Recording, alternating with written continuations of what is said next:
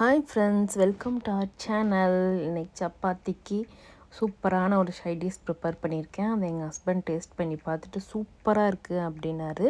அந்த சைடிஷோட ரெசிபி என்னென்னு பார்த்துடலாம் வாங்க. இந்த சைடிஷை வந்து நாங்கள் 2 பேருமே தான் சேர்ந்து குக் பண்ணோம். ஆக்சுவலாக வந்து 2 பேரும் சேர்ந்து குக் பண்ணுறப்போ ரொம்ப நல்லாயிருக்கும். நான் ஒரு சைடு வந்து சட்னி ப்ரிப்பேர் பண்ணிகிட்டு இருந்தேன், அவர் சப்பாத்தி ப்ரிப்பேர் பண்ணிகிட்டு இருந்தார்.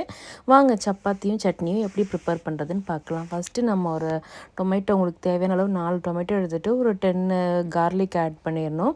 அதுக்கப்புறம் ஒரு 4 பச்சை மிளகாய் ஆட் பண்ணி, அதுக்கப்புறம் கொஞ்சம் சால்ட் அண்ட் தென் மஞ்சள், அதுக்கப்புறம் வந்து பார்த்திங்கன்னா காஷ்மீரி சில்லி பவுடர் ஆட் பண்ணிவிட்டு அதை அப்படியே நல்லா வேக விட்டுறணும். இதுவே வெந்து ஒரு மாதிரி மசிக்கிற மாதிரி வந்துடும். அந்தளவுக்கு நல்லா வெந்து வந்துடும்.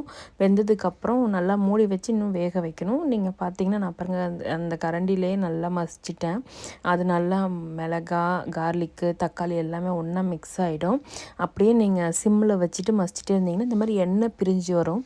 எண்ணெய் பிரிஞ்சு வர ஸ்டேஜில் வந்து மல்லித்தழை கொஞ்சம் போட்டு அதையும் நல்லா மசித்து எடுத்துக்கோங்க. அதுக்கப்புறம் பார்த்தீங்கன்னா கொஞ்சம் நல்லா எண்ணெய் நல்லா பிரிஞ்சதுக்கப்புறம் குட்டி குட்டியாக வெங்காயம் சாப் பண்ணி அது மேலே போட்டிங்கன்னா நமக்கு சப்பாத்தியோட தொட்டு சாப்பிட்றப்போ நல்லா க்ரன்ச்சியாக டேஸ்டியாக இருக்கும். இதில் வந்து பார்த்திங்கன்னா நீங்கள் தேவையான அளவு காரமும் உப்பு மட்டும் கரெக்டாக பார்த்துக்கிட்டிங்கன்னா டேஸ்ட்டும் சூப்பராக இருக்கும். தேங்க்ஸ் ஃபார் வாட்சிங்.